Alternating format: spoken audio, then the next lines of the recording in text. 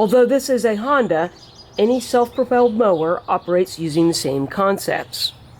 The smart drive, which controls the speed of the mower, is connected to a cable that exits out of the bottom of the handle. This is where the cable exits, comes to an adjuster, which we'll talk about later. Inspect the length of the cable to ensure that it's not kinked or cut or broken. Before tipping the mower onto its side, turn off the fuel. Flip the mower on its side with the gas cap and the air filter to the top.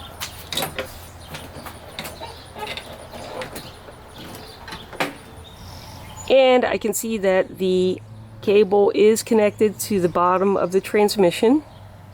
I see the spring on the other side of the transmission, and that is not broken and is connected. When the smart drive is pushed back and forth,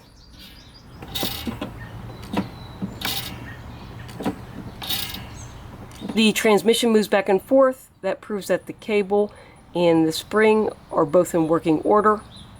The belt goes around a pulley on the opposite side of the transmission and the pulley on the bottom of the engine.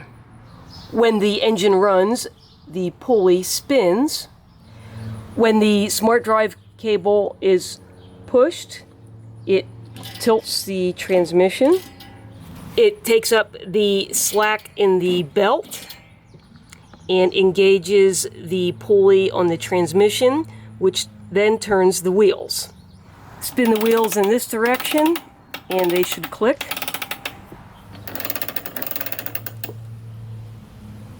Spin the wheels in this direction, you'll see the axle turn. And you can also see the pulley on top of the transmission spinning. If the pulley on top of the transmission spins when you spin the wheels, then the transmission is probably good. If the pulley on top of the transmission doesn't spin when turning the wheels, then the transmission could be bad. Or the belt could be jammed in the pulley, which will cause both wheels to be locked up if the mower is pulled backwards, and there will be no forward self-propel. If you can move the belt, then you know it's not caught in the transmission's pulley. And of course, you know the belt is not broken. And you can spin it around too and check to see the condition of the belt. If it looks good and you can move it freely, then the next step is to adjust the smart drive cable to take up some slack in the belt. I have a video that shows how to do that. There's a link to it in the box below this video. If adjusting the belt doesn't solve the problem, then try replacing the belt.